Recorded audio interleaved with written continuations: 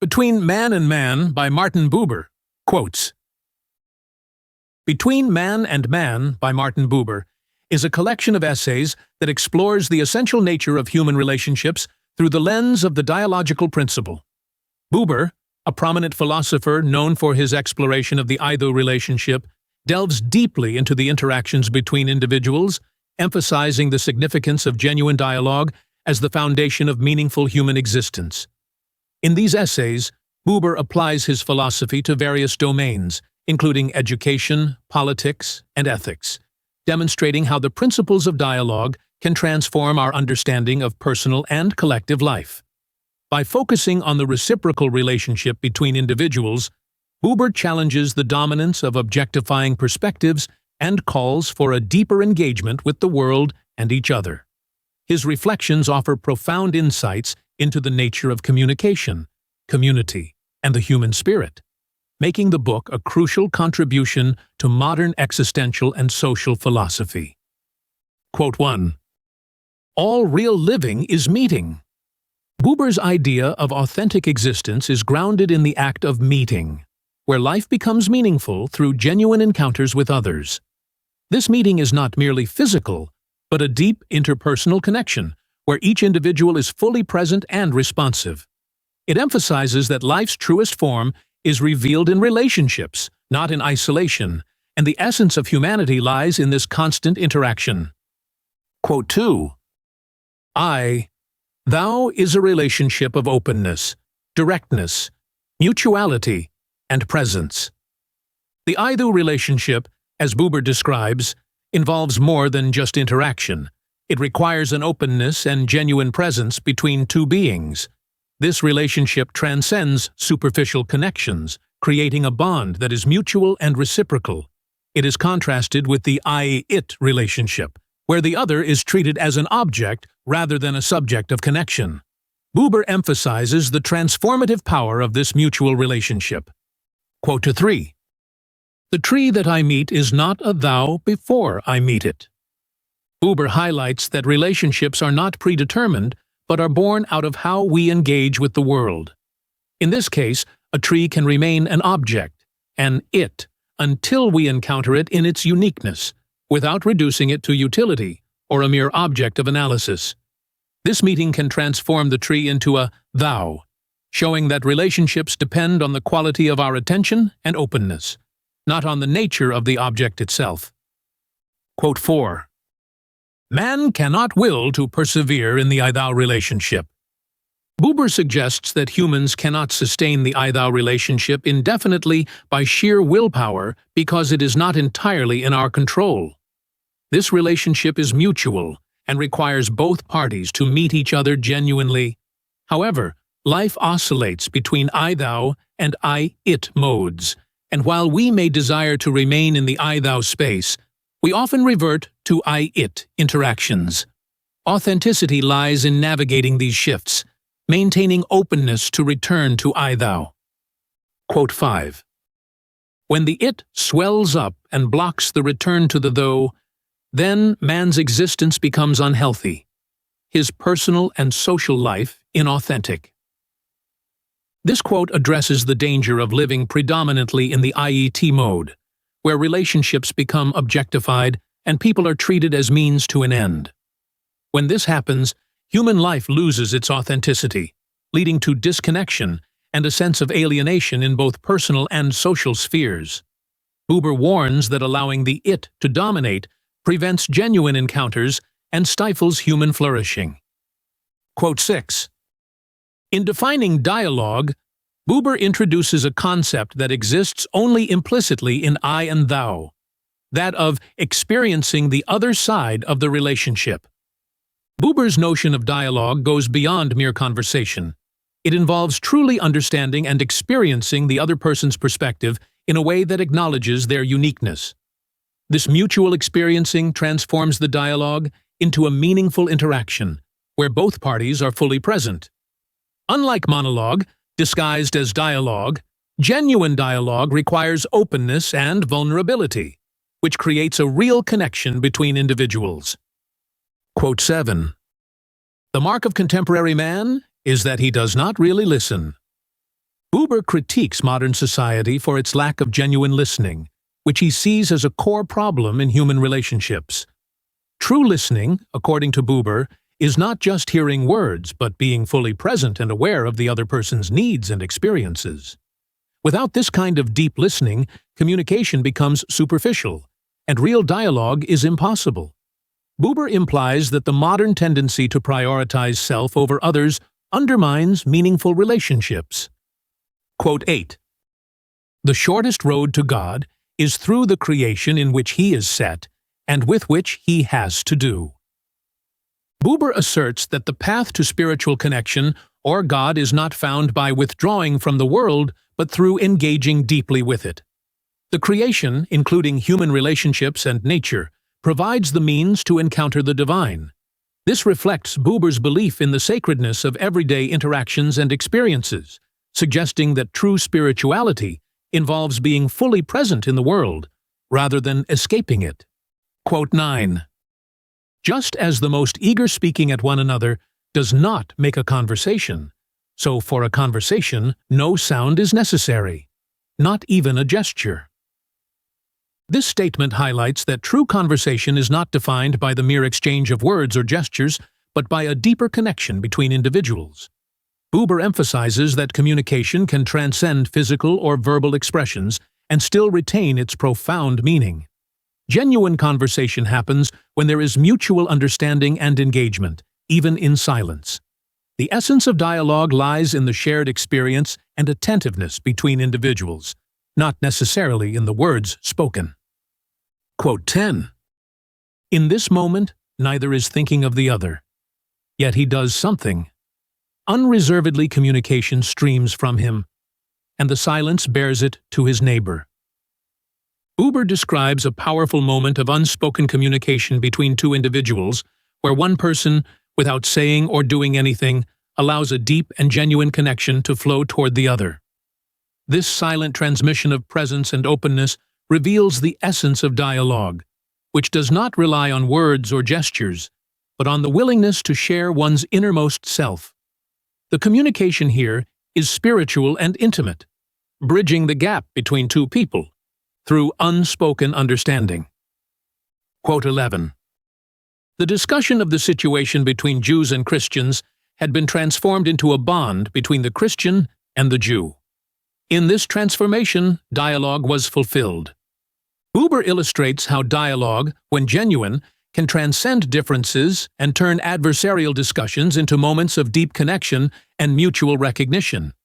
In this case, a religious and cultural divide was overcome through a heartfelt encounter, leading to a profound bond that went beyond words or opinions. The transformation from mere conversation to true dialogue marks a moment of reconciliation and shared humanity, where differences give way to understanding. Quote 12. The life of dialogue is not limited to men's traffic with one another. It has shown itself to be, a relation of men to one another that is only represented in their traffic. Buber argues that dialogue encompasses more than just external interactions or exchanges between people. It is a fundamental aspect of human existence. Even though it manifests in our day-to-day communications, its essence goes beyond the surface level of words and actions. Dialogue is about the inner relationship between individuals, a connection that defines how we engage with one another on a deeper existential level. Quote 13. To understand say as a metaphor is not to understand. The saying I am referring to is real speech. Buber makes a distinction between the metaphorical use of saying and the deeper, more profound form of speech that transcends verbal communication. He points out that real speech can occur in ways that are not tied to words. It is a form of addressing that comes from a deeper place of connection and understanding. This kind of speech has a transformative power, as it reaches the listener in a way that goes beyond literal communication and impacts their inner life. Quote 14. For where unreserve has ruled, even wordlessly between men, the word of dialogue has happened sacramentally. Buber explains that true dialogue, even without spoken words, can occur in a sacred, almost spiritual way when individuals communicate openly and without reservation.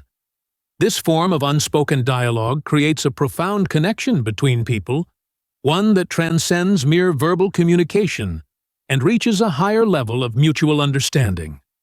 Such moments of openness and vulnerability are what Buber considers the essence of human interaction, where dialogue becomes a sacred event. Quote 15.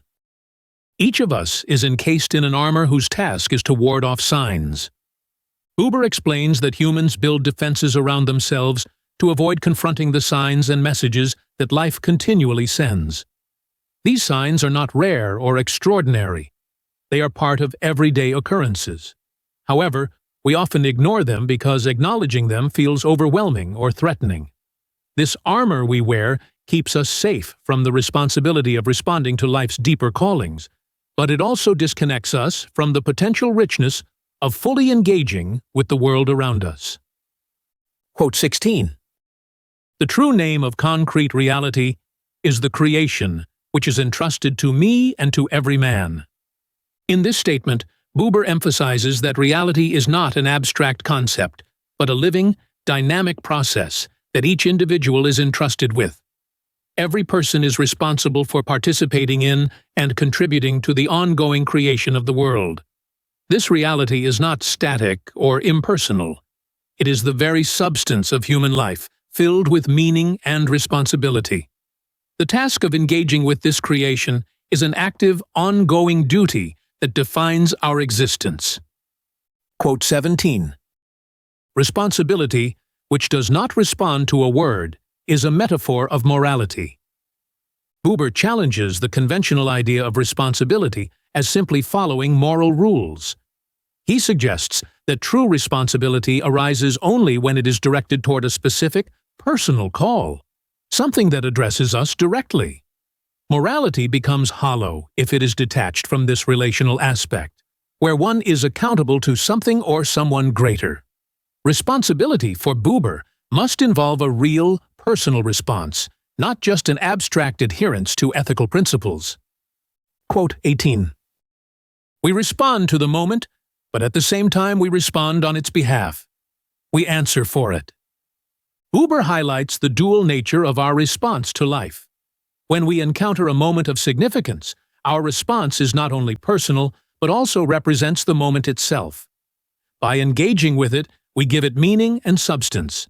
This means that every experience carries with it a responsibility, not just for ourselves, but for the moment itself, shaping the reality that unfolds from it. Our responses, therefore, are creative acts that bring the moment into its fullest form.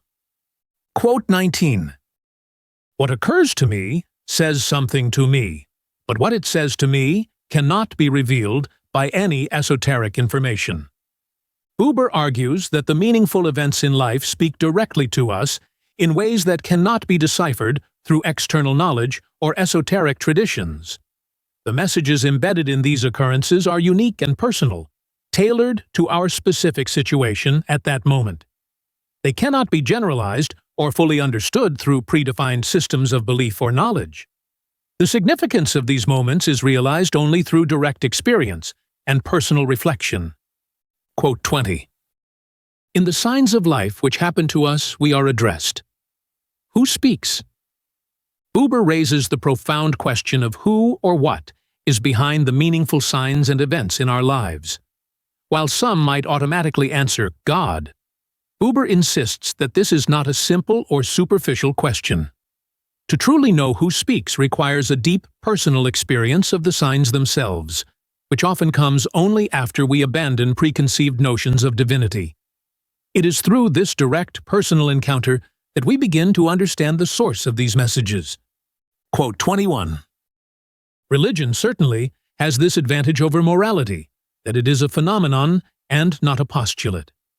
Buber contrasts religion and morality by noting that religion is based on lived experience and direct engagement with the divine, while morality is more of an abstract set of principles or rules.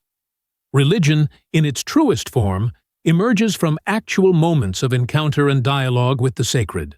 However, Buber also warns that religion, when institutionalized or dogmatized, can lose its vitality and become as rigid and detached from life as morality can sometimes be. Quote 22. The basic movement of the life of dialogue is the turning towards the other. Buber emphasizes that the essence of dialogue begins with a conscious act of turning toward another person. This movement is not merely physical, but involves the soul's intention to truly recognize the other person as a distinct being. In this recognition, the world around us shifts, becoming less of a chaotic multiplicity and more of a shared space where meaning can arise. It is through this act that genuine dialogue and connection are possible, creating a dynamic interaction that transcends the superficial. Quote 23. The life of dialogue is not one in which you have much to do with men, but one in which you really have to do with those with whom you have to do. Buber clarifies that dialogue does not require constant interaction with many people, but rather meaningful, authentic engagement with those we encounter. This kind of connection is not about the quantity of relationships, but about the depth and quality of the exchange. Whether in solitude or in company, the life of dialogue is marked by the real, present engagement with those around us, as opposed to superficial or performative relationships. Quote 24. Reflection is something different from egoism and even from egotism. Buber distinguishes between reflection and selfishness, noting that reflection occurs when a person withdraws from truly engaging with another and instead focuses inwardly. In this state, the other person is reduced to an object of the self's experience, rather than a being with whom genuine dialogue can take place. Reflection, as Buber describes it, hinders true interaction by making the other person part of one's own internal world, rather than acknowledging their otherness. Quote 25. But love without dialogic, without real outgoing to the other, reaching to the other, and companying with the other, the love remaining with itself. This is called Lucifer. In this striking statement, Buber warns that love, if it is self-contained and does not extend outward to truly connect with another, becomes destructive. He uses the name Lucifer to symbolize a love that is egocentric and disconnected from real engagement with others. True love, in contrast, requires a dialogical connection, where one reaches out and acknowledges the other's existence and individuality. Without this reaching out, love becomes a form of self-absorption. Quote 26. Only when two say to one another with all that they are, "It is thou," is the indwelling of the present being between them. Buber highlights the transformative power of mutual recognition between two people. When individuals acknowledge each other fully, saying, "It is thou," with all their being, they create a sacred space where a deeper presence can dwell. This moment of dialogue transcends ordinary interaction and brings about a profound sense of connection, where both individuals are fully present and open to each other, allowing something greater to emerge from their encounter. Quote 27. Collectivity is not a binding but a bundling together. Buber critiques the concept of collectivity, distinguishing it from true community. He argues that collectivity simply groups individuals together, often for a shared purpose, without fostering real connection between them.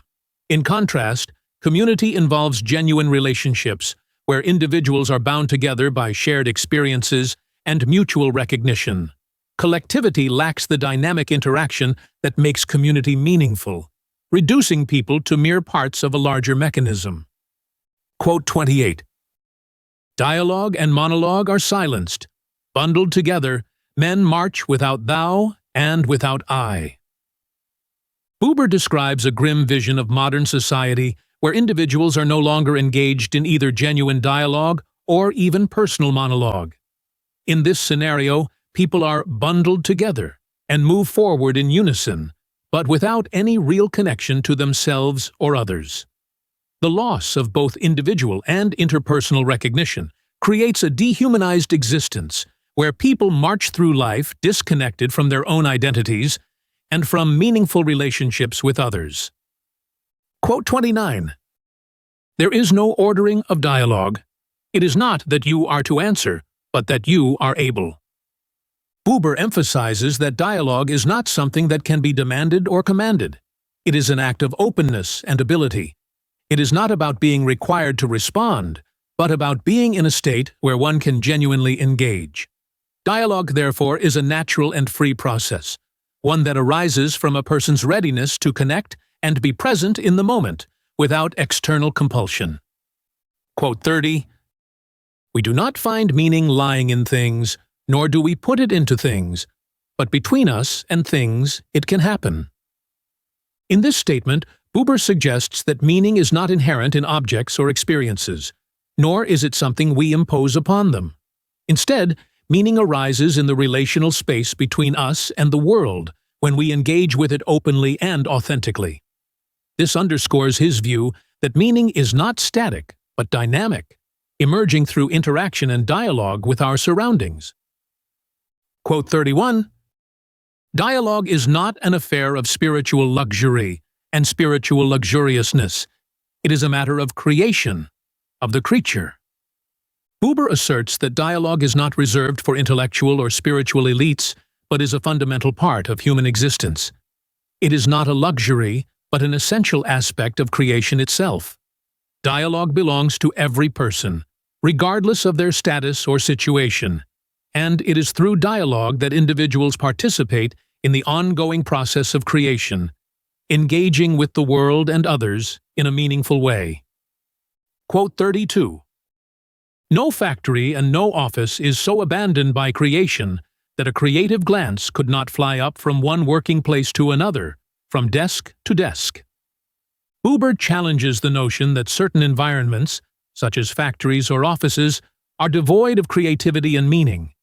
He argues that even in the most mundane or mechanized settings, moments of genuine connection and creativity can occur. These moments of engagement between individuals are not restricted by the physical or social environment, suggesting that the potential for meaningful interaction exists everywhere.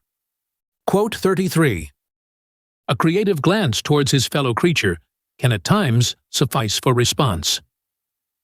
Buber highlights the power of even the simplest form of human connection, such as a glance, to serve as a meaningful response to the world.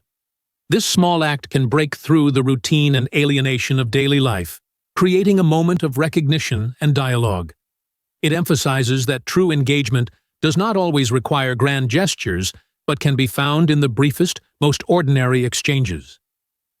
Quote 34, "Unmistakably, men are more and more determined by circumstances. And yet, in all the multiplicity and complexity, he has remained Adam." Buber reflects on the increasing influence of social and external circumstances on individuals, yet he maintains that the fundamental human condition remains unchanged. Despite the complexities of modern life, humans still face the same essential choices and responsibilities as Adam, the archetype of the individual standing before God. This highlights the timeless nature of human existence and the enduring need for personal decision and engagement with life's challenges. Quote 35, "All the regulated chaos of the age waits for the breakthrough, and wherever a man perceives and responds, he is working to that end." Buber concludes with the idea that despite the apparent chaos of modern life, there is potential for a profound transformation or breakthrough when individuals choose to perceive and respond to the world authentically. Each act of genuine dialogue contributes to this larger transformation, suggesting that the resolution of the chaotic state of the world lies in human interaction and connection. Every individual response has the power to move toward this ultimate breakthrough. Quote 36, "Responsibility is the navel string of creation." Buber begins with this metaphor to emphasize that responsibility is the essential connection between humans and the act of creation. Just as the navel string links the unborn child to its source of life, responsibility connects individuals to the ongoing process of creation. This implies that human beings are not passive observers, but active participants in the world, bound by a responsibility that sustains and nurtures creation itself. Quote 37, Not before a man can say I in perfect reality, that is, finding himself, can he in perfect reality say thou, that is, to God. Buber explains that an individual must first come to a full understanding and acceptance of their own self before they can engage in a genuine relationship with God. This I represents self-awareness and personal authenticity, which are prerequisites for addressing the divine. The capacity to say thou to God is deeply intertwined with the ability to say I, with sincerity and understanding, emphasizing the personal nature of faith and relationship. Quote 38. Where no primary address and claim can touch me, for everything is my property. Responsibility has become a phantom. Buber critiques the notion of individualism that detaches itself from responsibility. When a person views everything as belonging solely to them, without any external claims or demands, responsibility loses its meaning. In such a state, where there is no real connection or accountability to others or to a higher power, responsibility becomes an illusion. This highlights the importance of being open to external relationships and obligations for responsibility to hold any true significance. Quote 39. The single one corresponds to God, for man is akin to the Godhead.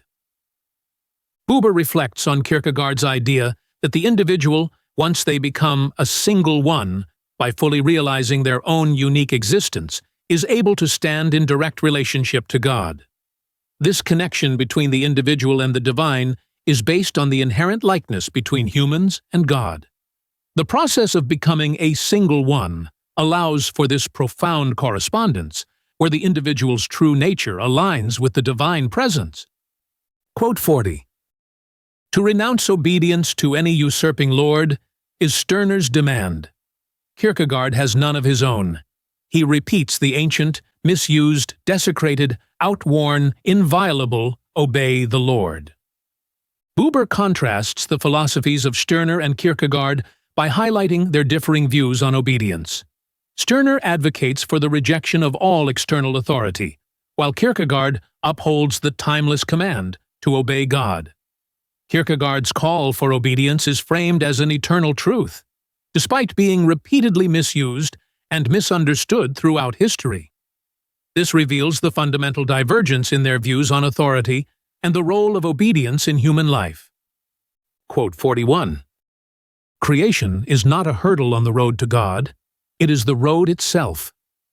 Buber asserts that the world and its creatures are not obstacles to finding God, but the very path through which humans encounter the divine. He challenges the idea that one must renounce worldly attachments to reach God, emphasizing instead that it is through engagement with the world and others that individuals come closer to the Creator. This statement underscores the interconnectedness of creation and spirituality, suggesting that our relationships with others are integral to our spiritual journey.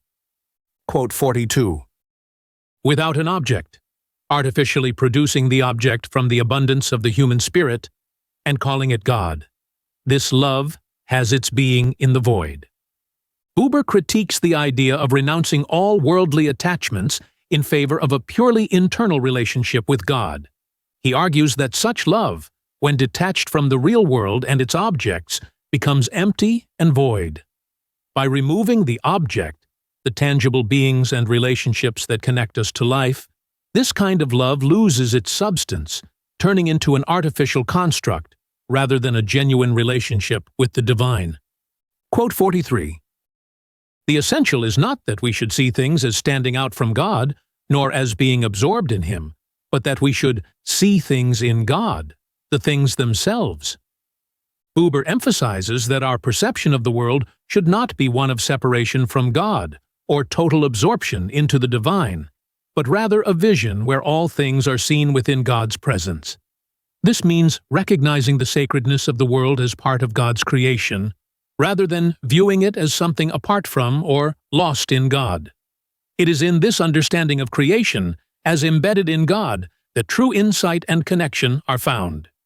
Quote 44. It cannot be that the relation of the human person to God is established by the subtraction of the world. Buber argues that a genuine relationship with God cannot be formed by rejecting or separating from the world. Instead, the world, in all its complexities and challenges, must be embraced as part of one's spiritual journey. The connection with the divine is not found by isolating oneself from creation, but by engaging fully with it, recognizing that the world is an integral part of one's relationship with God. Quote 45. The single one must therefore take his world. What of the world is extended and entrusted to him in his life, without any reduction into his life's devotion. Buber emphasizes that the individual, or single one, must accept and incorporate the full reality of the world into their life without diminishing or simplifying it. The world, in its entirety, is something entrusted to the individual by God, and it must be faced and embraced as part of their spiritual devotion. This means accepting life's challenges and contradictions without retreating into isolation or reducing its significance. Quote 46. Reduction is forbidden. You are not at liberty to select what suits you. The whole cruel hour is at stake. The whole claims you, and you must answer him. Buber underscores that in life, especially in moments of crisis or challenge, one cannot choose only what is convenient or pleasant. The entirety of the situation must be faced, and the individual is responsible for responding fully to what life demands. This responsibility is directed toward God, and one must give an answer that acknowledges the full weight of the moment, not merely parts of it. Quote 47. The single one who lives in his relation of faith must wish to have it fulfilled in the uncurtailed measure of the life he lives. Buber asserts that a person living in true faith cannot seek to limit or reduce the scope of their relationship with God. This relationship must encompass the entirety of their life, including all its experiences and situations. The individual's faith must be fully integrated into their daily existence without compartmentalizing or excluding certain aspects of life from their spiritual practice. Quote 48. The relation of faith to the one present being is perverted into semblance and self-deceit if it is not an all-embracing relation. Buber warns that if a person's faith is not comprehensive, covering every aspect of their life, it becomes distorted and turns into mere appearance or self-deception. True faith cannot be partial or selective. It must engage with the full reality of life. When faith is compartmentalized, it loses its authenticity and becomes a superficial practice, rather than a genuine relationship with God. Quote 49. Certainly, the relation of faith is no book of rules which can be looked up to discover what is to be done now, in this very hour. Buber explains that faith is not a rigid set of instructions or rules that can simply be followed to determine one's actions.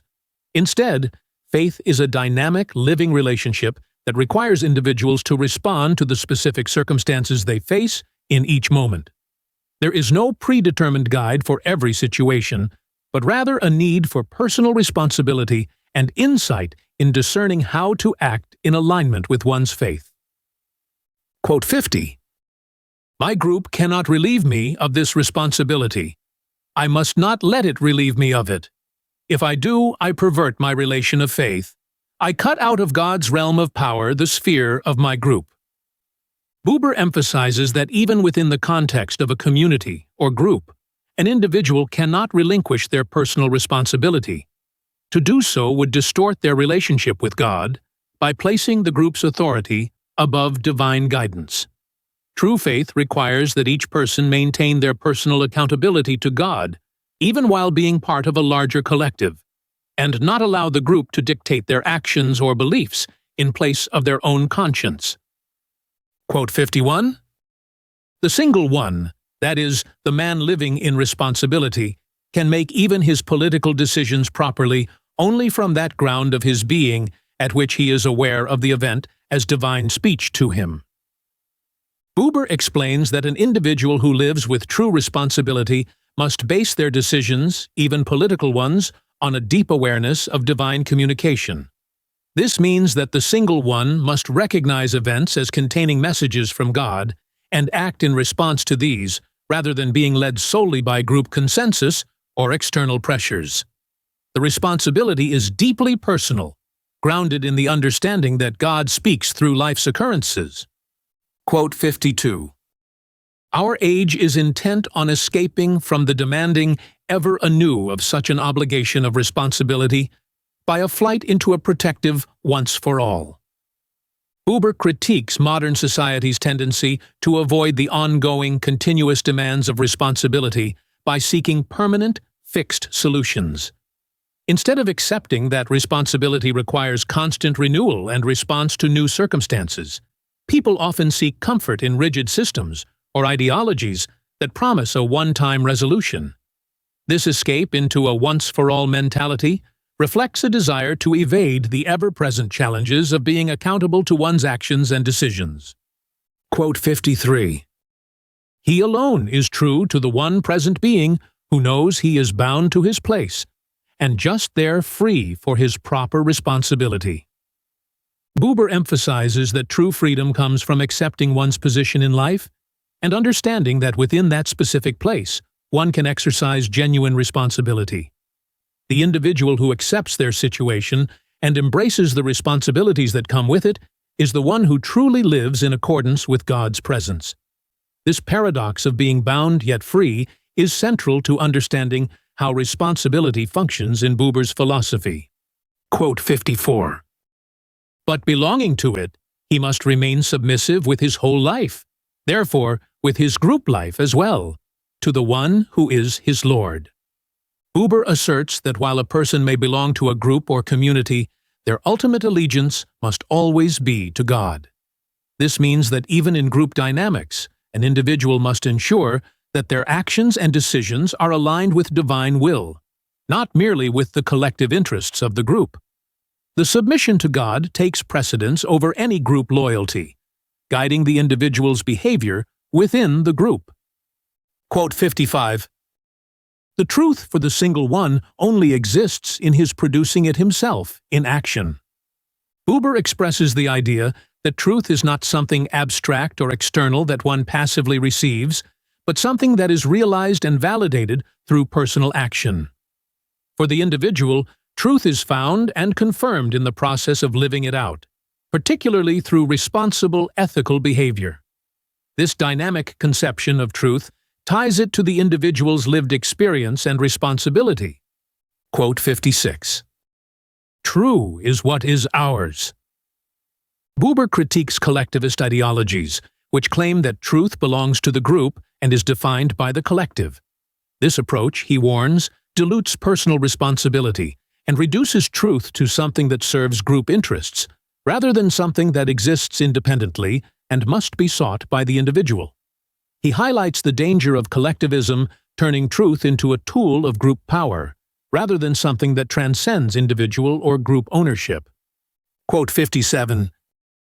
There is need of persons, not merely representatives in some sense or other, chosen or appointed, who exonerate the represented of responsibility. Buber emphasizes that true community and societal renewal require individuals who take personal responsibility, rather than relying on leaders or representatives to make decisions for them.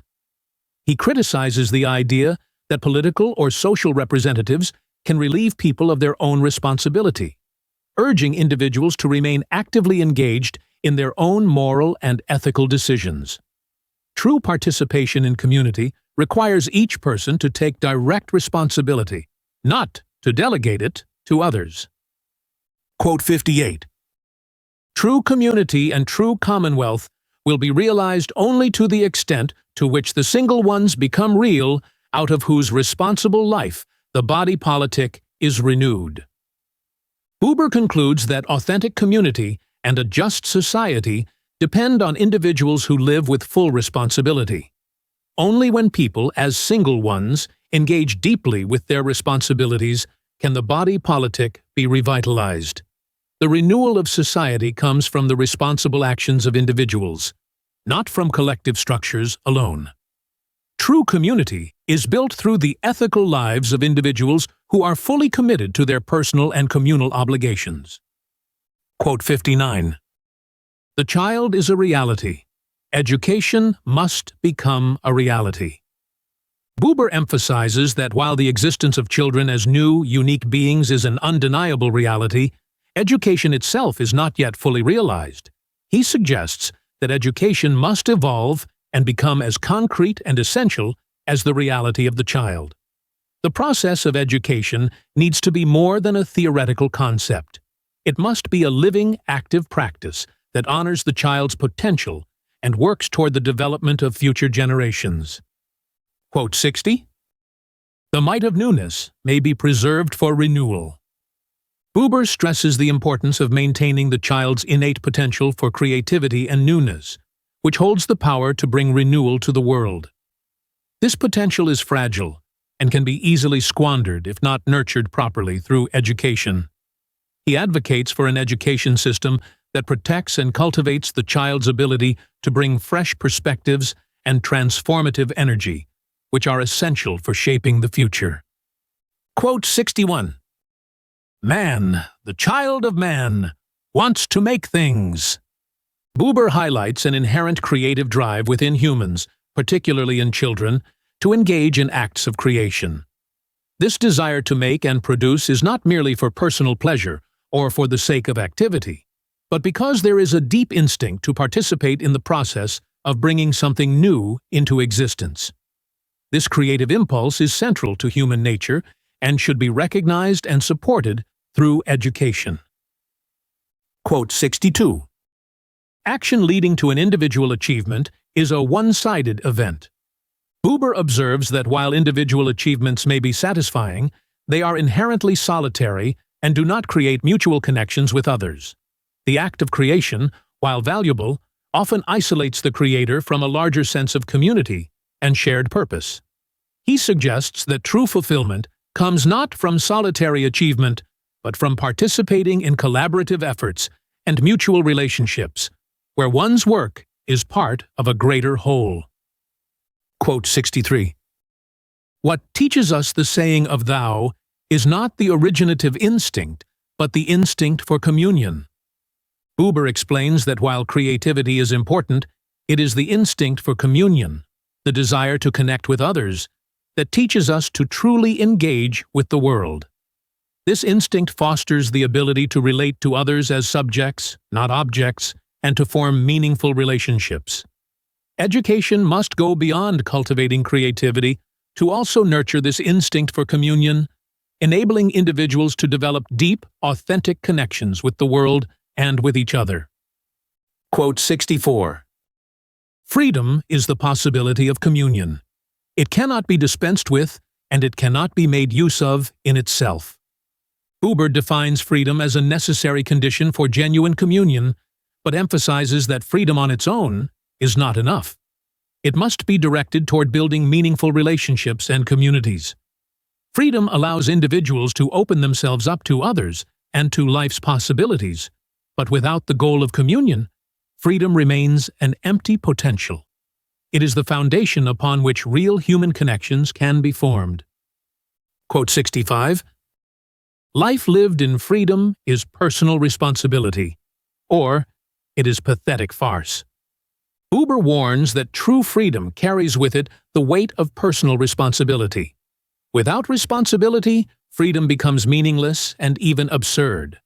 A life that embraces freedom must also embrace the responsibility that comes with making choices and taking actions that affect others. This personal accountability is what gives freedom its true value, transforming it from mere license into a meaningful, purposeful way of living. Quote 66. Eros is choice. Choice made from an inclination. This is precisely what education is not. Buber distinguishes education from the passionate, selective nature of eros, which is based on personal desire and preference. In contrast, education is an unconditional act, where the educator does not choose based on inclination, but accepts all pupils as they are. This highlights the selfless and impartial nature of true education, where the educator's task is to guide and support every individual without favoritism or personal desire. Quote 67. In education, then, there is a lofty asceticism, an asceticism which rejoices in the world for the sake of the responsibility for a realm of life which is entrusted to us for our influence, but not our interference. Buber explains that education requires a disciplined approach that embraces the world joyfully, but with the understanding that educators are responsible for guiding their students without controlling or dominating them. This asceticism refers to the careful balance of engaging with students, offering guidance, yet respecting their autonomy. The educator must give without imposing, allowing students to grow in their own way, within the framework of responsibility rather than control. Quote 68. Only an inclusive power is able to take the lead. Only an inclusive eros is love. Buber asserts that true love in education is an inclusive force, one that embraces the entire person being educated. It is not a selective or possessive love, but a love that fully acknowledges and accepts the other person in their totality. This inclusive power allows the educator to lead and guide students in a way that is holistic, seeing them as complete beings deserving of care and respect, rather than as objects of personal desire or utility. Quote 69. Inclusion is the extension of one's own concreteness, the fulfillment of the actual situation of life, the complete presence of the reality in which one participates. Buber defines inclusion as being fully present in a relationship, actively engaging with another person while maintaining one's own individuality. It is about being fully aware of the other's reality without losing oneself in the process. In education, this means that the educator is completely present with the student, sharing in their experience while maintaining their own identity, leading to a deep, authentic connection. Quote 70. Trust in the world, because this human being exists. That is the most inward achievement of the relation in education. Buber describes the core of education as the creation of trust between the student and the educator. This trust is not just in the educator, but in the world itself, built through the presence of the educator who embodies reliability and care. The child learns to trust the world through the existence of the educator, who becomes a symbol of stability and meaning, helping the child navigate the uncertainties of life. Quote 71. The education of men by men means the selection of the effective world by a person and in him. Buber explains that education is not just the transfer of knowledge, but the careful selection of experiences and values from the world that the educator embodies and presents to the student. The educator serves as a mediator between the world and the student, selecting what is meaningful and essential for the student's growth, and doing so in a way that integrates these elements into their own life, making them a living example of what they teach. Quote 72. This fragile life between birth and death can nevertheless be a fulfillment, if it is a dialogue. Buber reflects on the fragility of human life, suggesting that it can find true fulfillment if it is lived as a dialogue. Through genuine, ongoing interaction with others and the world, individuals can create meaning and purpose. The dialogue refers to the mutual exchange between people, where each person listens, responds, and is fully present. In this way, life becomes rich and meaningful despite its inherent limitations. Quote 73.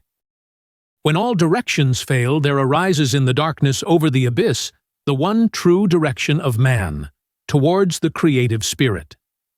Buber points to the moment of uncertainty, when all conventional paths and guidance seem to fail, as the time when the true direction of human existence becomes clear, toward the creative spirit of God. This direction is not found in external doctrines or systems, but in a deeper spiritual orientation toward the divine creative force that underlies existence. It is in this, turning to the creative spirit, that one finds the true source of guidance and purpose. Quote 74. Education worthy of the name is essentially education of character. Buber emphasizes that true education goes beyond teaching knowledge or skills. It is fundamentally about shaping the character of the individual. The genuine educator is concerned with the whole person, not only as they are now, but also in terms of their potential to become a fully realized, responsible human being. Education in this sense is about cultivating a person's inner moral compass, guiding them toward a life of integrity and responsibility. Quote 75. Personality is a completion, only character is a task. Buber explains that while personality is an inherent aspect of an individual that grows naturally, character requires deliberate effort and development. The formation of character is an ongoing process that involves making choices and taking responsibility.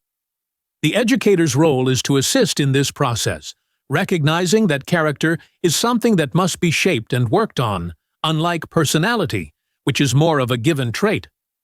Quote 76.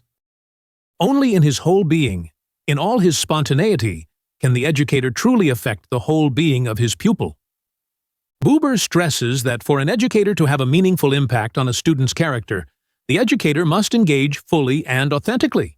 It is not through calculated methods or intentional attempts at character building that students are influenced, but through the educator's genuine presence and direct involvement.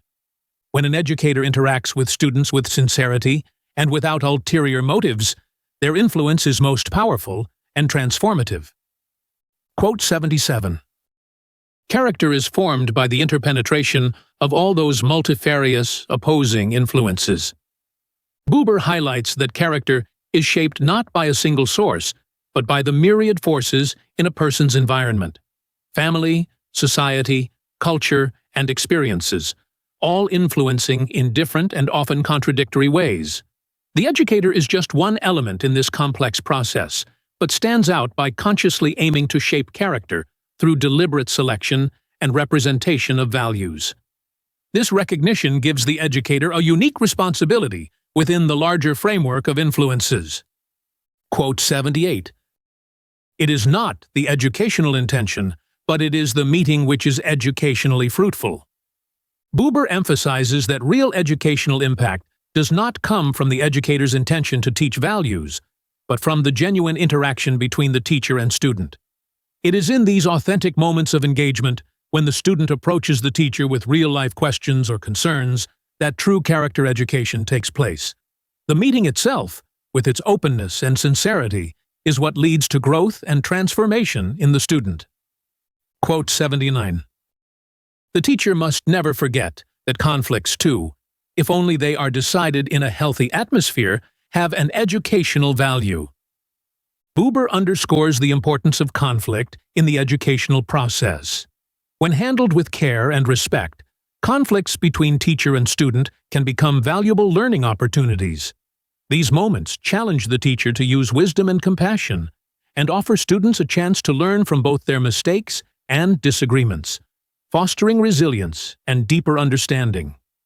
Conflict, when navigated properly, contributes significantly to character formation.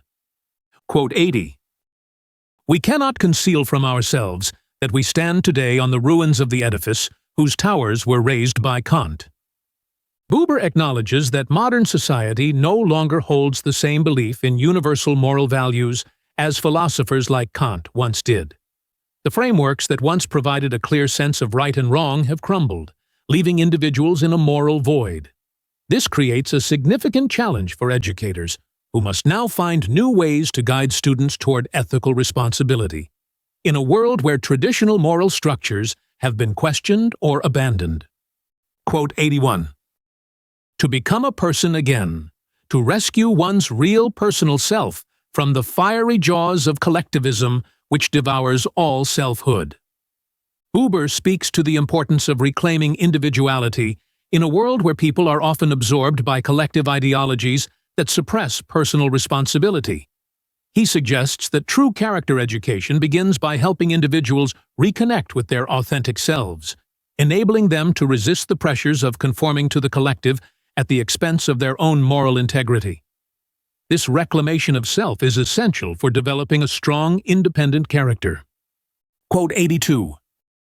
I call a great character one who by his actions and attitudes satisfies the claim of situations out of deep readiness to respond with his whole life.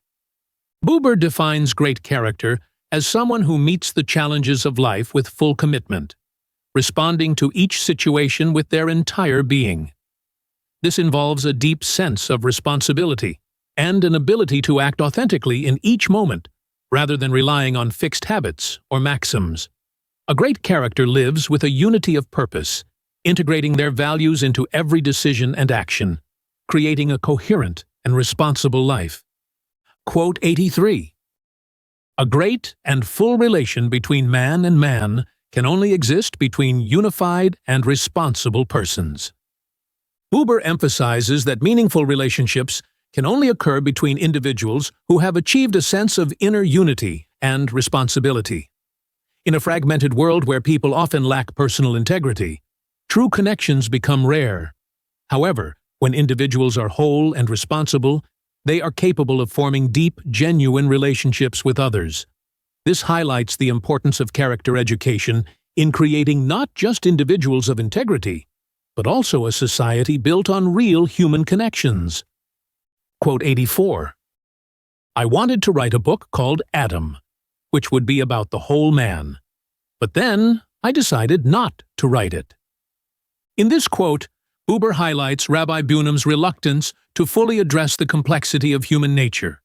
The rabbi's decision not to write the book symbolizes the inherent difficulty in fully grasping or explaining the totality of human existence.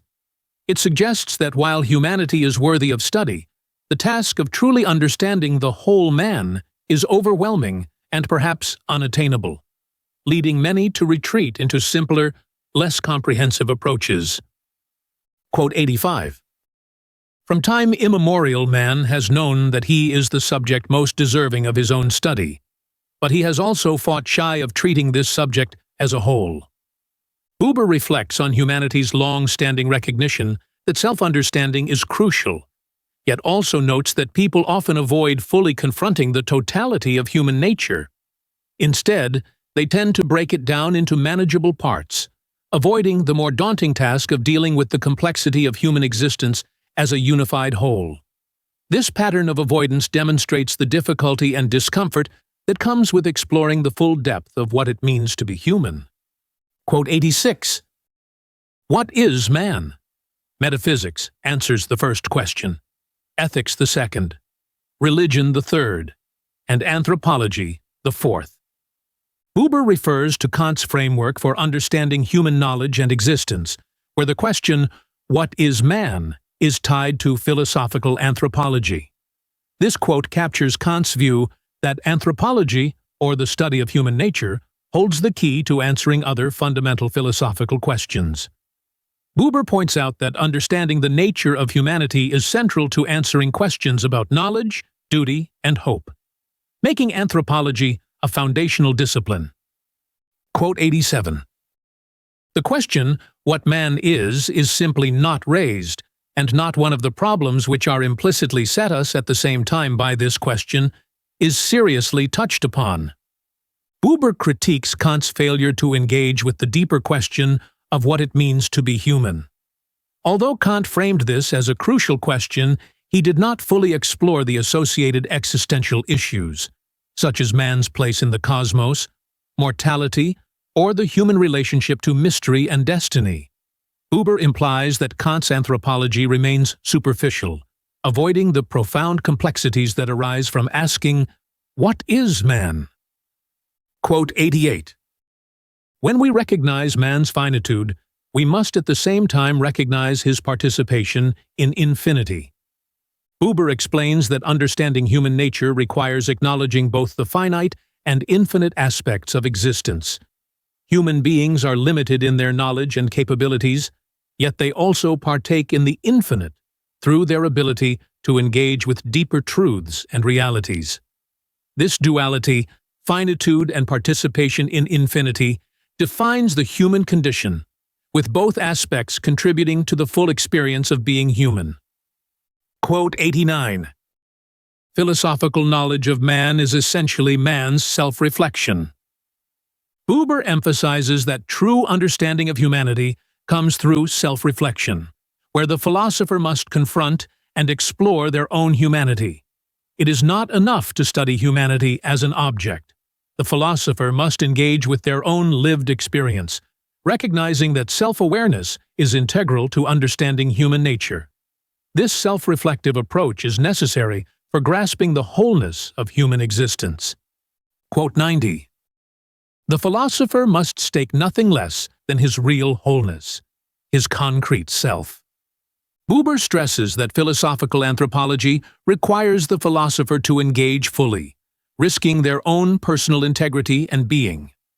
This means that the philosopher must not distance themselves as a detached observer, but must enter into the subject fully, with their own self at stake. Only through this complete engagement can one achieve genuine insight into human wholeness and the complexities of existence. Quote 91. In the ice of solitude, man becomes most inexorably a question to himself. Buber reflects on the role of solitude in philosophical inquiry, suggesting that it is in moments of deep loneliness that individuals are most likely to question their own existence. In isolation, away from the distractions of the world, a person confronts the most profound questions about themselves and their place in the world. This solitude sharpens self-reflection and heightens the sense of personal mystery and existential questioning. Quote 92. The Aristotelian man wonders at man among the rest, but only as a part of a quite astonishing world. Buber contrasts Aristotle's view of humanity with a more existential approach, noting that Aristotle saw humans as part of the natural world, worthy of study, but not as inherently mysterious or problematic.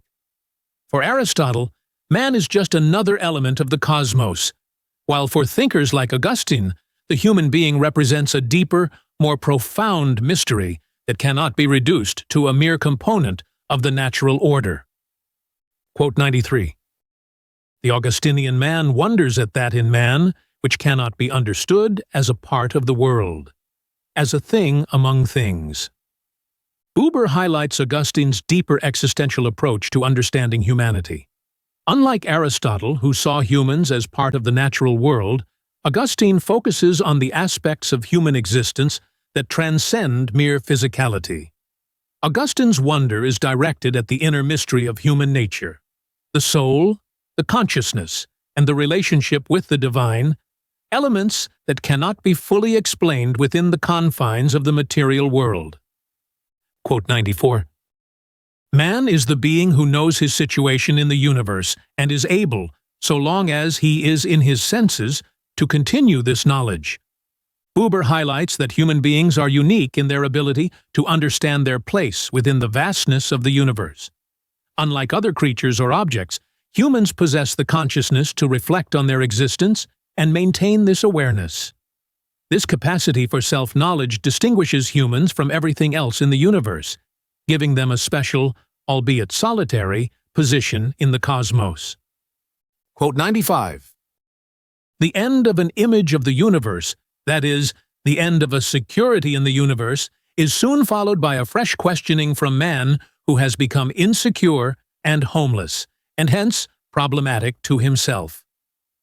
Buber explains that when a long-standing worldview or understanding of the universe collapses, humanity is thrown into a state of insecurity. In this existential homelessness, individuals begin to question themselves and their place in the world.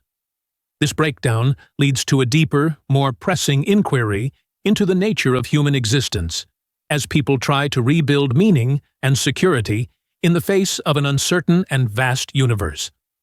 Quote 96. The universe of Hegel has never become the real universe for real modern man. Buber critiques Hegel's philosophical system, asserting that despite its influence, Hegel's concept of the universe has never truly resonated with ordinary people. Hegel's intellectual structure, while admired and studied, fails to offer a sense of belonging or relevance to the lived experience of modern humanity. As a result, Hegel's vision remains detached from the actual lives of people, leaving them still searching for a universe that feels like home. Quote 97. An intellectual image of the universe, which builds on time, can never give the same feeling of security as one which builds on space. Buber contrasts images of the universe based on time versus those based on space. He suggests that while people can grasp and feel secure in a spatially ordered universe, a universe founded on the concept of time, especially the future, lacks the same stability. Time, particularly the future, is unpredictable and shaped by human decisions, making it less reliable as a source of existential security compared to the physical, spatial universe. Quote 98. Faith in creation may be replaced by a conviction about evolution, faith in revelation by a conviction about increasing knowledge, but faith in salvation will not really be replaced by a conviction about the perfecting of the world by the idea. Buber argues that while belief in creation or revelation can be supplanted by modern concepts like evolution or the pursuit of knowledge, the fundamental human need for faith in salvation cannot be replaced by philosophical or scientific convictions about progress. The human desire for salvation, whether spiritual or existential, cannot be satisfied by abstract ideas or rational arguments about the world's development, as it is deeply tied to trust in a higher, transcendent force. Quote 99. Your question, "What is man?" is thus a genuine question to which you must seek the answer. Buber acknowledges the profound significance of the anthropological question, "What is man?" He emphasizes that this is not just an abstract or rhetorical inquiry, but a deeply personal and essential question that each individual must confront and attempt to answer. Understanding human nature and existence is central to grappling with one's place in the universe and in life. Quote 100. Only trust in the trustworthy is able to establish a relation of unconditional certainty towards the future. Buber highlights the necessity of trust in something dependable to secure a sense of certainty about the future. Unlike philosophical or intellectual convictions, which are subject to doubt, trust in a reliable, trustworthy entity, often in the form of faith in God or a transcendent force, offers the unconditional assurance people seek about what lies ahead. Without this trust, the future remains uncertain and anxiety-inducing. Quote 101. The generation which works modern cosmology into its natural thought will be the first, after several millennia of changing images of the universe, which will have to forego the possession of an image of its universe. Buber suggests that modern humanity, especially in the era of advanced cosmology, is facing a new challenge. For the first time in history, people are losing their ability to form a coherent and relatable image of the universe. Unlike previous generations that had clear cosmological frameworks to understand the universe, modern thinkers must come to terms with a universe that is increasingly abstract, mathematical, and difficult to conceptualize in traditional ways. Quote 102. Faith in salvation will not really be replaced by a conviction about the perfecting of the world by the idea, since only trust in the trustworthy is able to establish a relation of unconditional certainty towards the future. Buber argues that while philosophical or intellectual systems may offer convictions about the progress or perfection of the world, they cannot replace the deep human need for faith in salvation. This faith, which offers certainty about the future, is based on trust in something or someone beyond mere ideas. Only this trust can provide the security and assurance that people seek when facing the uncertainties of existence and the future. Quote 103. Spinoza's intellectual separatedness reconciliation was affected, but in actual man's concrete life with the actual world, in the unseparated and inseparable life out of which Pascal spoke, it became increasingly difficult to effect it. Buber contrasts Spinoza's intellectual approach to reconciliation with Pascal's more existential struggle. While Spinoza managed to reconcile his understanding of humanity and the universe through an abstract intellectual framework, Pascal's more personal and emotional confrontation with the vastness of existence made reconciliation much more challenging. This highlights the tension between philosophical ideas and lived human experience, where intellectual solutions may not always align with the emotional and existential realities of life.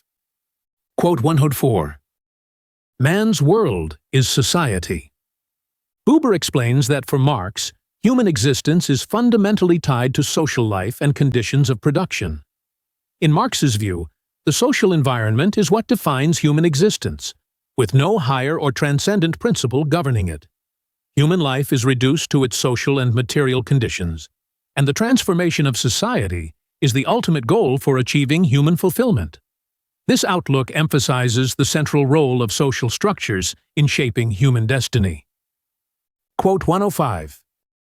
Human life, to which social life belongs, is distinct from all other kinds of life by the power of decision.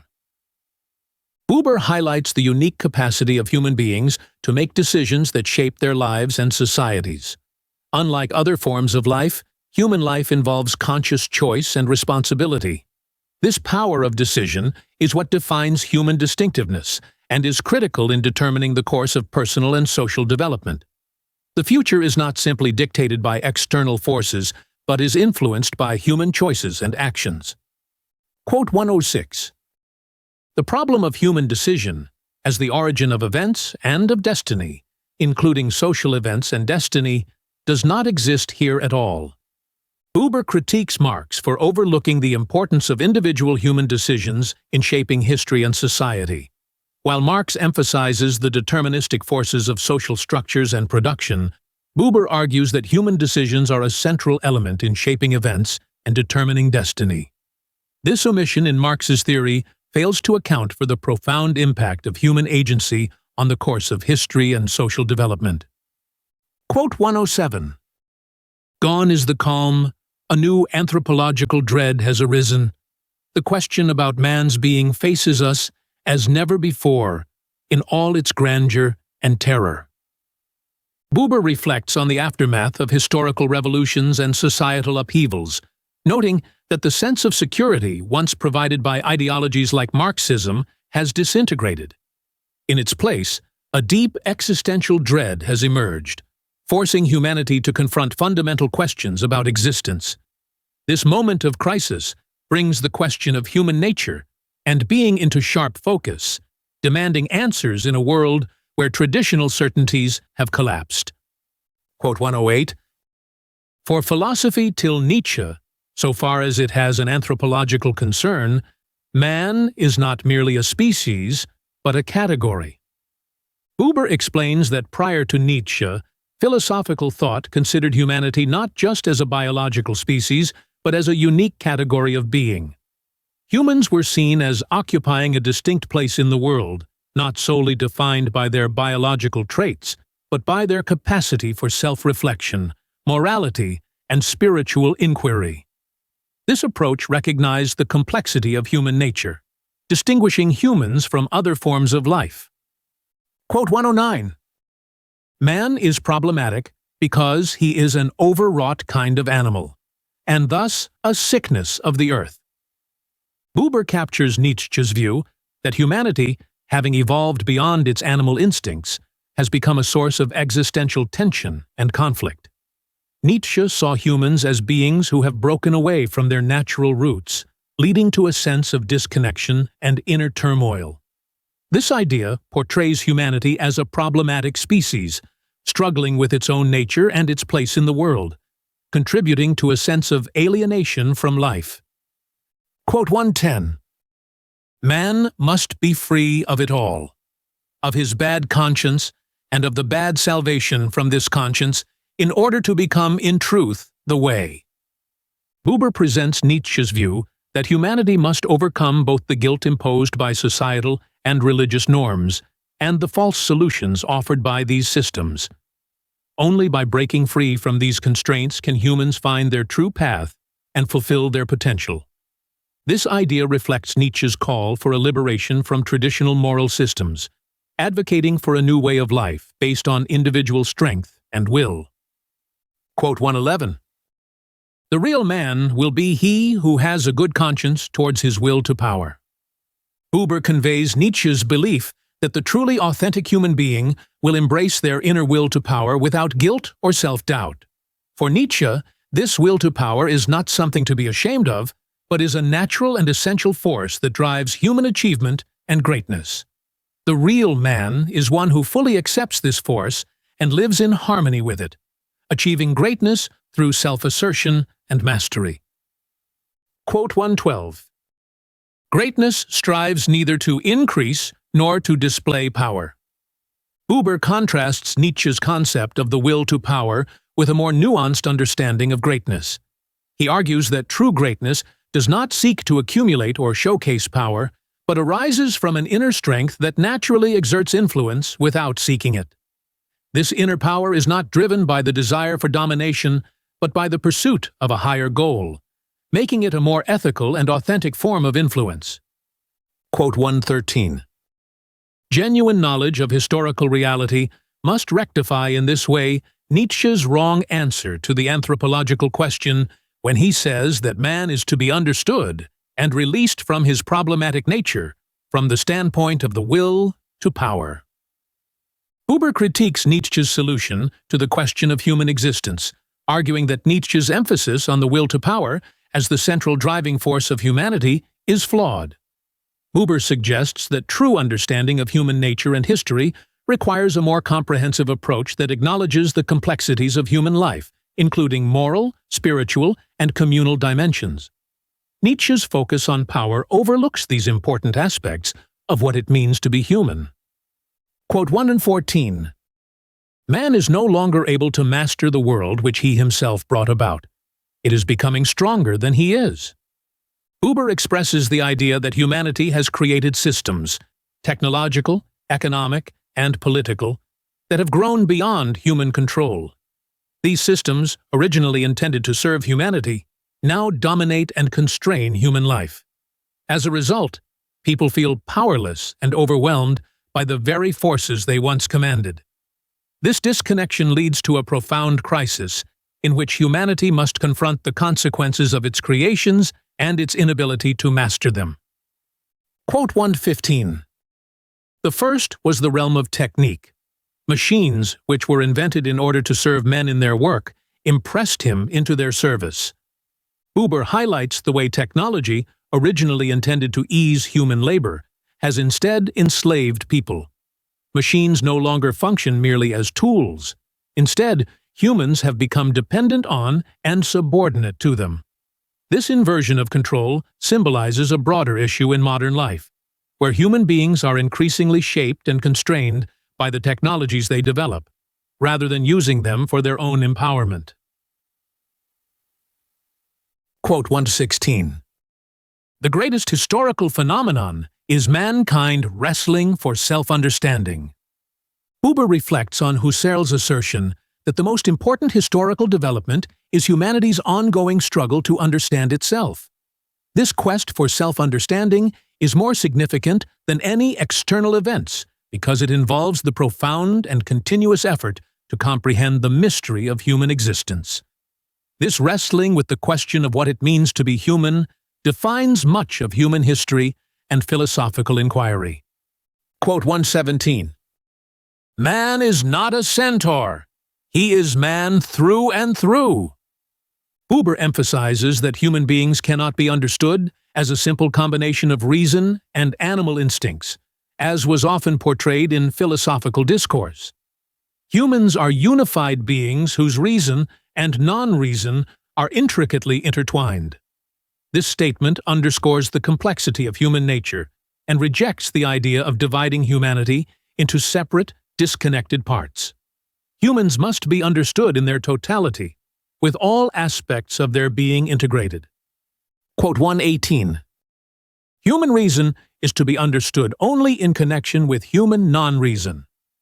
Buber insists that human reason cannot be fully understood in isolation from other aspects of human nature, such as emotions, instincts, and irrational impulses. Reason is deeply connected to the non-rational elements of human life, and any philosophical or anthropological approach must account for this relationship. By acknowledging this complexity, we gain a more complete understanding of what it means to be human. Quote 119. Belief is a relation of life to what is believed, a relation of life which includes all life, or it is unreal. Buber reflects Kierkegaard's view that true belief must permeate all aspects of a person's life. Faith is not something that can be compartmentalized. It must influence every part of a person's existence, from their innermost thoughts to their public actions. If belief does not affect one's entire life, it becomes hollow and insincere, lacking the depth and authenticity that true faith requires.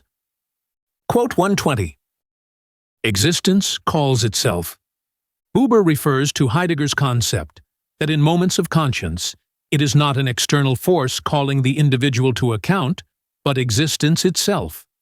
This internal call challenges the individual to confront their authentic self and to live in accordance with their true nature. It emphasizes the personal responsibility each person has to respond to their own existence and to bring their true self into being. Quote 121. Man can become whole not in virtue of a relation to himself, but only in virtue of a relation to another self. Buber highlights the idea that human wholeness cannot be achieved through self-reflection or isolation, but must come through genuine relationships with others. It is through interaction and dialogue with another person that individuals realize their full humanity. This relational aspect is essential to Buber's philosophy, emphasizing the importance of the I-thou connection in the development of the self and in achieving wholeness. Quote 122. The increasing decay of the old organic forms of the direct life of man with man. Buber reflects on how modern society has experienced the breakdown of traditional intimate forms of community, such as the family, village, and workplace bonds. These organic, direct relationships once provided people with a sense of belonging and security, but as these structures decay, people become more isolated and disconnected. This loss of genuine community has left individuals feeling increasingly lonely and vulnerable in the modern world. Quote 123. Man is no longer able to master the world which he himself brought about. Buber highlights how humanity's creations, technological advancements, economic systems, and political structures have outgrown human control.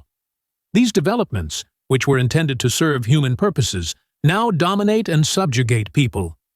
This imbalance creates a sense of powerlessness as humanity struggles to manage the forces it has unleashed, leading to existential crises and feelings of alienation from the world. Quote 124. Machines, which were invented in order to serve men in their work, impressed him into their service. Buber describes the way technology, once meant to assist human labor, has instead made people dependent on it. Machines no longer extend human capabilities.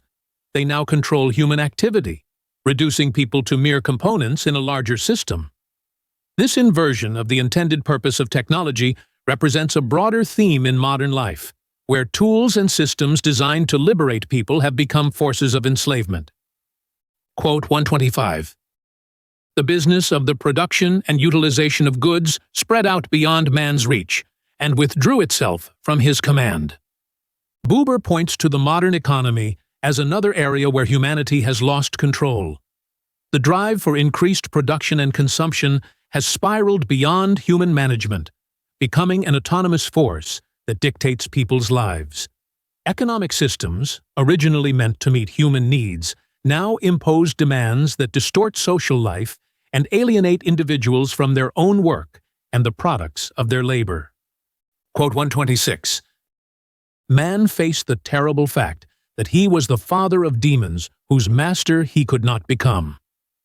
Buber uses the metaphor of demons to describe the uncontrollable forces that humanity has created.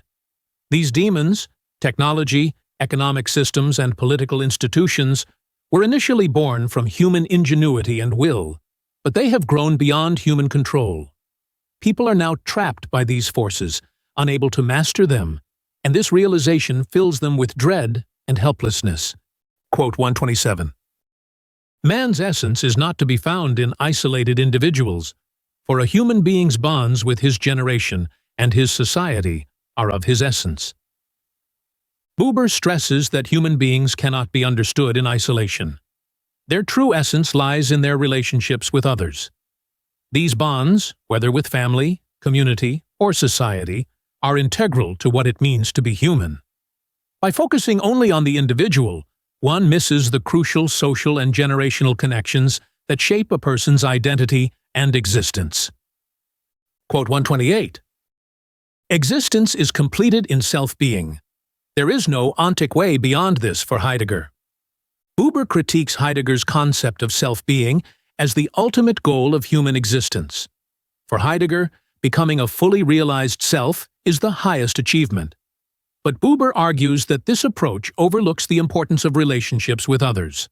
Heidegger's self is closed and self-contained, whereas Buber believes that true human fulfillment comes from engaging in meaningful relationships that transcend the boundaries of individuals. Quote 129. Selfhood. Heidegger's man stands before himself and nothing else. Buber presents Heidegger's existential man as one who faces himself alone, without any relationship to the divine or to others. This isolation means that Heidegger's man can only confront his own existence, leading to an inward focus that ultimately faces nothingness. Without a relationship to God or others, Heidegger's man is left in existential solitude, unable to find meaning beyond the self. Quote 130. A great relation exists only between real persons. Buber emphasizes that meaningful, profound relationships can only exist between individuals who are fully realized, responsible beings. True connections between people occur when they engage with each other authentically and completely, breaching the barriers of isolation. It is in these genuine relationships that people experience the deepest aspects of life and transcend their solitude, finding meaning and fulfillment through their interactions with others. Quote 131. Only by being willing to make a complete tabula rasa of all traditions about this question, and by learning to look in extreme methodical aloofness and astonishment on the being called man, can we reach tenable insights again. Buber presents Shaler's argument that true understanding of humanity requires abandoning all previous traditions, theories, and assumptions. Only through a complete reset, approaching the question of human nature with methodical detachment and wonder, can we begin to uncover new, meaningful insights. This approach advocates for a fresh, unprejudiced view of what it means to be human, free from the constraints of historical thought and dogma. Quote 132. God is not, but he is becoming. Thus he is inserted into time. In fact, he is its product. Buber explains Shaler's concept of God as not an eternal, fixed being, but as something in the process of becoming, shaped by time. In this view, God evolves along with the world and human history, and is, in fact, a product of the temporal process. This contrasts with traditional theistic views, which see God as eternal and unchanging, and suggests that the divine is intertwined with the unfolding of time and history, constantly in the process of becoming. Quote 133. Heidegger is silent about eternity, in which perfection is. Shaler denies this eternity. Buber notes a critical difference between Heidegger and Shaler. Heidegger avoids discussing eternity altogether, while Shaler outright denies the existence of an eternal, perfect being. For Shaler, everything, including divinity, exists within time, with no eternal perfection outside of the temporal world. This rejection of eternity marks a departure from traditional metaphysical ideas that posit a timeless, perfect realm. Quote 134. The world's ground must lift the brakes of the impulse, must release it, and set the world process on its course. Buber presents Shaler's idea that the world's primal ground, which includes both spirit and impulse, must release the energy or impulse to begin the process of creation. The world process starts when the brakes holding back the impulse are lifted, allowing life to unfold. This image of a controlled release emphasizes the tension between the primal forces of creation and the spirit, which must guide and direct this impulse for the world to develop. Quote 135. Being in itself becomes a being worthy to be called divine existence only to the extent that it realizes, in and through man, the eternal deities in the impulse of world history. Buber captures Shaler's belief that divinity is not inherent, but is realized through the historical process of humanity. For Shaler, the divine takes shape as humans engage in the world, and it is through human activity and history that God or divine existence becomes real. This makes humanity essential to the process of the divine becoming, placing human history and experience at the center of the unfolding of divinity. Quote 136. The spirit begins here as an instinct to the word, that is, as the impulse to be present with others in a world of streaming communication, of an image given and received. Buber explores Shaler's notion that the spirit in humans initially manifests as an instinct, specifically the instinct to communicate. This instinct for speech and interaction drives humans to share and receive images and ideas, making communication the first step in the emergence of the spirit. This view places the origin of human spirituality in the fundamental drive to connect with others, underscoring the importance of language and shared experience in human existence. Quote 137. Only a man who has communicated in his spirit with the pain of the world in the ultimate depth of his own pain is able to recognize the nature of pain. Buber emphasizes the idea that true understanding of pain comes not from abstract reflection, but from direct, personal experience. One must fully engage with their own suffering and the suffering of others to comprehend the essence of pain. This suggests that intellectual detachment cannot reveal the truth of pain. Only through deep empathy and personal confrontation with pain can one grasp its meaning. Quote 138. Every philosophical idea springs from such a discovery. Buber asserts that all genuine philosophical ideas emerge from direct encounters with reality. It is only through living experiences, such as pain, joy, or struggle, that philosophical insight can be generated. Ideas are not abstract constructs, but are grounded in the real, lived experiences of human beings. This highlights the connection between philosophy and life, where the truth is uncovered through experience, not just intellectual speculation. Quote 139. The spirit arises from concord with things and in concord with instincts. Buber explains that the spirit emerges in harmony with the natural world and with human instincts. Rather than being in opposition to instinct or disconnected from the material world, the spirit grows through a unity with these forces. This view suggests that human spirituality is not detached from the physical world, but is intimately connected to the impulses and experiences of life, finding its expression through this interaction. Quote 140. Man as a being in the order of living things is, without any doubt, a cul-de-sac of nature, while, as a spirit, man stands altogether outside all that we call life. Buber reflects on Shaler's dualistic view of humanity. Shaler sees the physical, instinctive aspect of human life as a dead end in the natural order, suggesting that humans do not fit neatly into the biological world. However, as spiritual beings, humans transcend the natural order entirely. This sharp division between the biological and the spiritual reflects Shaler's belief in the unique and distinct nature of human spirituality, separate from the rest of life on Earth. Quote 141. Man is therefore not a static being, not a fact, but only a potential direction of a process. Buber presents Shaler's view that humanity is not a fixed or completed entity, but is always in a state of becoming, moving towards something greater. Human existence is seen as a process, not a final state, and humans are defined by their potential to grow, change, and evolve.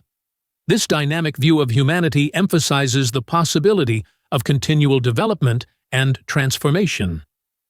Quote 142.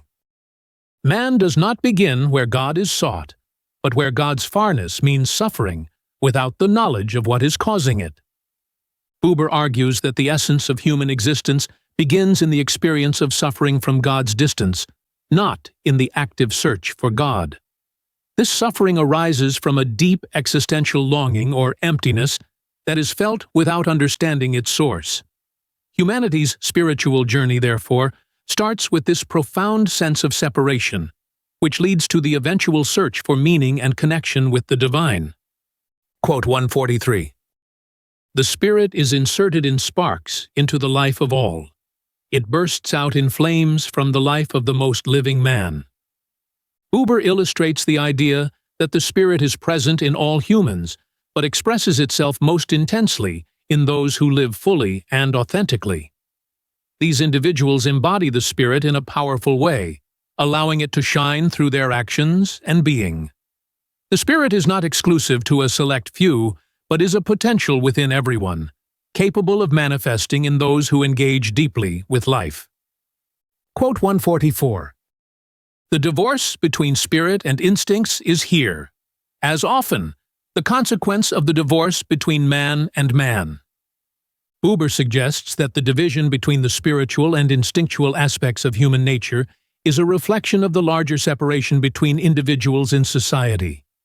When people become isolated from one another, this disconnection is mirrored within themselves, leading to a split between their higher spiritual aspirations and their more instinctive natural drives. This inner division is a symptom of the fragmentation in human relationships. Quote 145.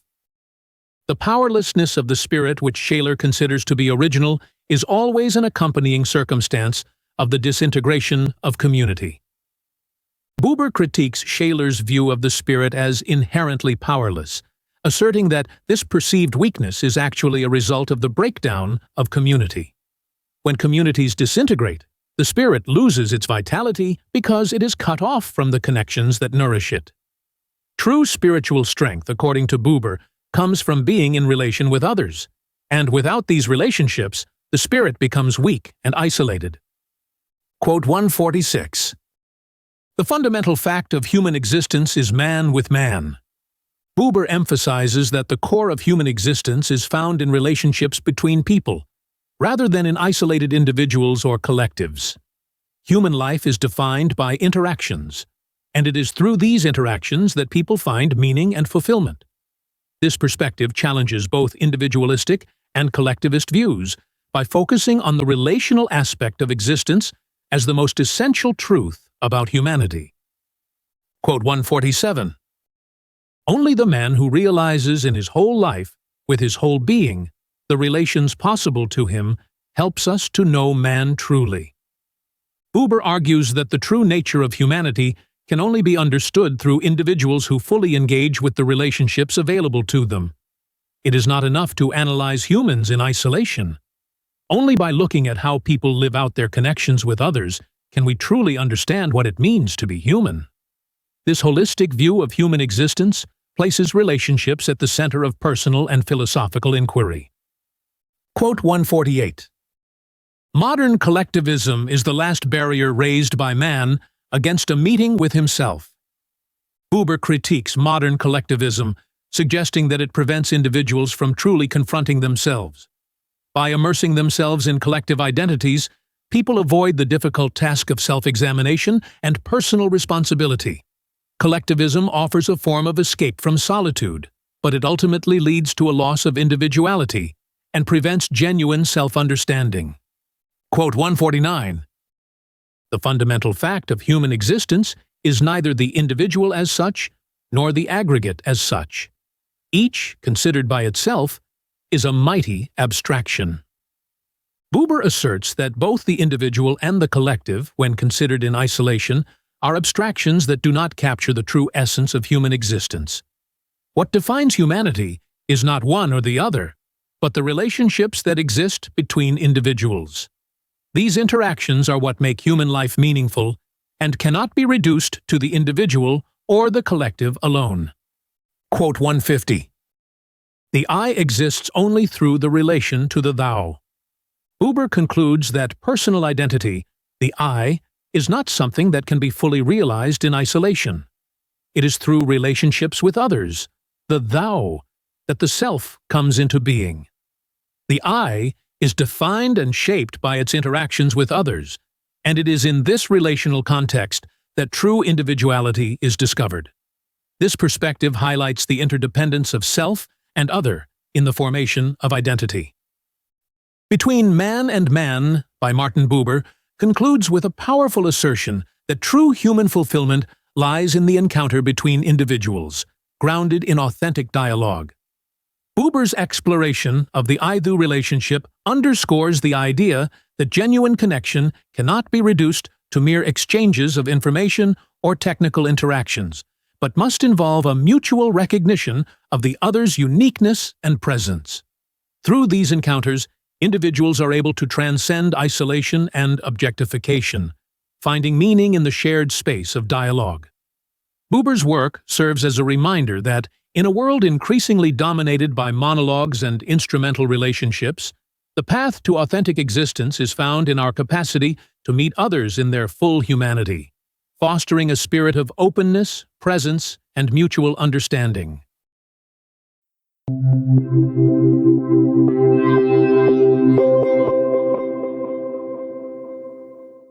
Curious to dive into the mind of Martin Buber? With StudyLab Pro's book GPT, it's possible. Ask questions, explore themes, and discover the depths of Between Man and Man in an entirely new way. Start your conversation now by clicking on our logo. And if you're hungry for more educational content, subscribe to our channel to keep discovering, learning, and growing.